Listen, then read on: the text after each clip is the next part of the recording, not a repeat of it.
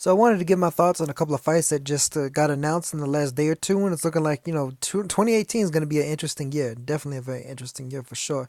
There's a lot of really good matchups and division kind of like divisional consolidation of a lot of really talented and very skilled fighters under many different weight classes. Middleweight, welterweight, even lightweight.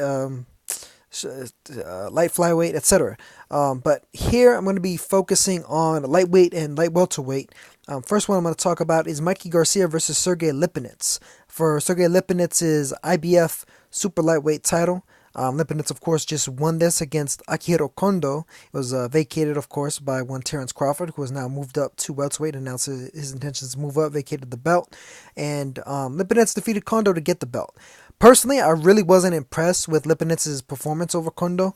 I actually thought that Kondo won the fight, and it was on the wrong end of a bad decision. Basically, I thought it was close, but I thought that Kondo was able to kind of bully Lipinets. I mean, Lipinets has impressed me in the past. However, his eighth round knockout over Lenny Zappavina was a good one. His seventh round TKO over Walter Castillo, in particular, is one where I started to kind of take notice of Lipinets. I'm like, yeah, this guy's actually pretty good. He's got a style that's not particularly similar to a lot of fighters from like Eastern Europe or West Asia, like from a fighter from Kazakhstan is Lipinets, guy that's got a bit of a punch to him. A little bit more tricky than kind of I guess like the stereotypical kind of stand up Eastern European style or what have you, the ex Soviet Republic style. In against Mikey Garcia though, like considering the fact that I didn't really rate his win over Kondo highly, albeit Garcia isn't necessarily a similar fighter to Kondo. There are certain attributes of Garcia's where I saw Kondo throwing certain punches from similar angles as to where Garcia would throw them. Only Garcia, I think, does it with much better timing and with heavier hands. I think Garcia, his power has definitely transcended weight classes. I mean, all you gotta do is look at his knockout of the year candidate, frankly, against Dejan Zlaticanin earlier, to see that, the fact that Garcia was, world champ first at featherweight, then at super featherweight, knocked down Orlando Salido a number of times on his way to pretty comprehensively defeating him. Yeah, it was a technical decision, but he was so far ahead in that fight. He pitched a near shutout pretty much. At least all the way up until it was stopped. Who knows what Salido may have done beyond that, but he didn't do very much up until that point. But Lipinets against Garcia, I definitely favor Garcia, but that's not to say that Lipinets isn't a very good fighter. He is. A lot of people out there were saying that Lipinets was a fighter that Terence Crawford was avoiding, was ducking, so to speak. And for what it's worth, the Transnational Boxing Rankings, the TBRB, have these two fighters rated number one and number two. So should Crawford, I'm not sure if they'll necessarily crown the winner of this the lineal champ, considering they still have Crawford listed as their lineal champion. But I mean, this is pretty much number one, number two versus number two as far as they're concerned. It's also, I'm trying to bring up the Ring magazine ratings real quick so I can see where they have Garcia and Lipinets rated. They got Garcia rated number one, and they have Lipinets rated number seven. I think that's a little bit more of the way that I see it, frankly, between these two. Maybe not as low as number seven, but maybe not as high as number two is where I put Lipinets at. Whereas Garcia, I definitely would rate him the top guy behind Terence Crawford as far as 140-pound division stands. I mean, not unlike the way that I kind of have Garcia either right above or right below Jorge Linares as far as 135 stands. You kind of got to rate him in both weight classes since his last two fights were in both of those weight classes. Although it looks like here with Lipinets, he's going to be making his home at 140 from here on out. And hey, much props to him. He's going out there trying to fight another champion in another weight class. Definitely looking for the bigger paydays and everything. I'd imagine, I'm assuming that Garcia might eventually make a foray into the welterweight division. But ultimately, I think that's probably a step too far for him. I think that might wind up being his undoing, not unlike it was for Gonzalez eventually, at the very least. Gonzalez moving all the way up to super flyweight and eventually getting undone by Suisakit's Rungvisai. I would potentially see the same thing happening to Garcia against the top guys at 147, especially considering the fact that on his promotional side of things, there's a lot of really good fighters there, man. Between Spence Thurman, Danny Garcia, Sean Porter, some serious matchups there. But as it stands right now, with him at 140, I mean he's very well poised to potentially take it over. The only other fighter really at the weight class that I think might have something to say about that in the near future, or maybe a couple of guys that might have something to say about that in the near future. Regis Prograis, Jose Ramirez, who I favor over Amir Imam. They're going to be fighting, him and Imam are going to be fighting for the 140-pound WBC title. And losing the guy's name now all of a sudden. Jose Zepeda potentially rematching Terry Flanagan for the 140-pound WBO title. Although I think there might be somebody else in the running along with Flanagan too. And Zepeda might get kind of frozen out of that whole situation. But good fight here. I'm looking forward to it between Garcia and Prograis. The other fight I wanted to mention on here is a fighter that was actually recently very much heavily talked about, potentially fighting Mikey Garcia, now that Garcia signed to fight Lipinets. Robert Easter Jr., the IBF lightweight champion, is going to be taking on former champion at 130 pounds, Javier Fortuna. These two guys are going to be, taking on each other. Fortuna, he's had a bit of a up and down, kind of rough and tumble career. Has taken a couple of losses.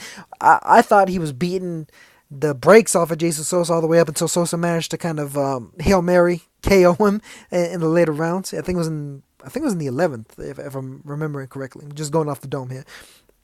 But Javier Fortuna, at the very least, is a heavy-handed guy. He's a very awkward guy. Guy that has definitely had some trouble making 126 in the past and 130 now, more recently. A guy that was definitely draining. So, moving up to 135, will he be that much smaller than Easter?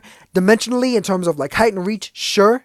But in terms of actual weight, Easter himself, I think, is almost kind of taking something out of himself to make 135. So, all things being equal, I think at the very least from a size perspective, in spite of having the height and reach advantage and having started at lightweight, whereas Fortuna had started at featherweight, Fortuna was definitely a big weight drainer at that weight class.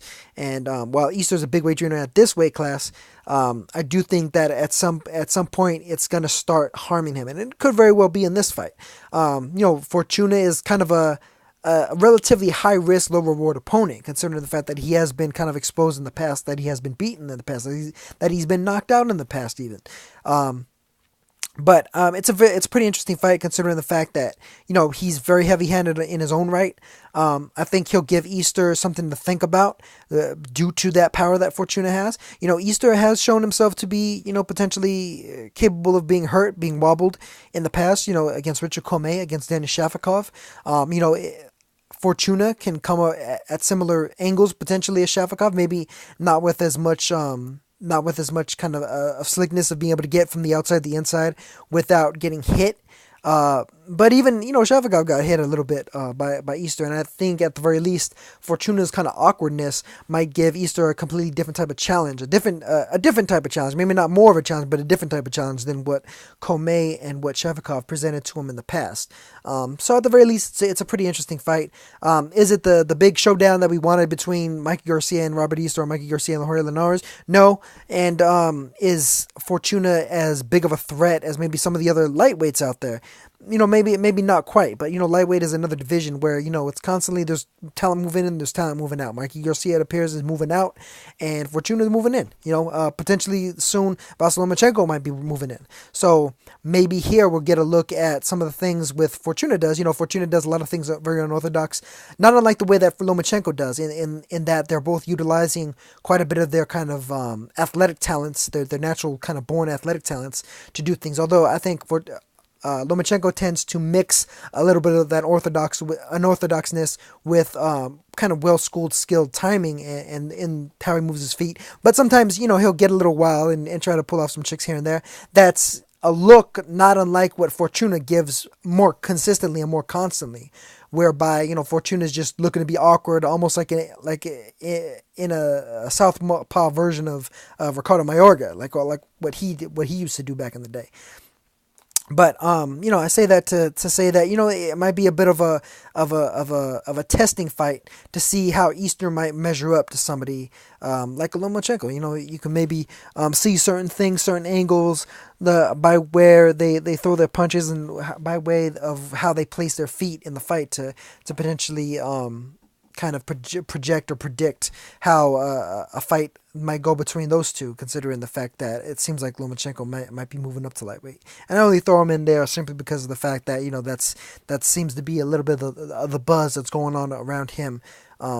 As it stands right now. I mean, they've kind of made mention of him trying to unify at 130, but honestly, I don't think them really. I don't see them really pursuing that particularly seriously, considering Berchelt especially holds one of the belts at that weight class, and what they what they did to Berchelt in the past. So even if they try to make good on what they did with him in the past, I can see Berchelt basically saying like, "Fuck you, you guys screwed me over before. I'm not gonna give you. I'm not gonna." You're gonna have to make some more concessions in order to get me in the ring. But that's it. That's pretty much my kind of preview of these fights, early preview of these fights being signed for January with Easter versus Fortuna, and for February with Mikey Garcia versus Sergey Lipinets. I think Garcia versus Lipinets is a bit more of an interesting fight, considering that it'd be Garcia only in his second fight at 140 against Lipinets, who's been campaigning there for a little while now, and Lipinets is now an established champion there. Whereas Easter versus Fortuna is coming in as the underdog and the smaller guy, whereby as opposed to Garcia coming in as the favorite, but in spite of being the smaller guy.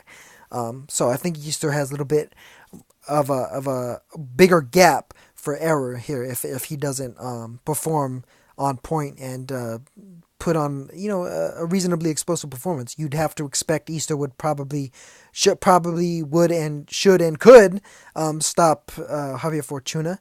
I definitely expect him to win. Maybe not stop him. Fortuna's he's hard to be stopped. I mean, he's had some pretty gritty, tough fights, and he kind of walked into some of the stuff that Sosa threw in while he was up on the card. So Easter, I mean, if he's all that he's cracked up to be, if he's all that he's projected to be by some of the fans out there, even by myself to a certain degree. I mean, I considered him to be the second rated guy right after Garcia, at least eye test wise. I'd favor Easter to beat Linares. Then Easter should be able to knock Fortuna out.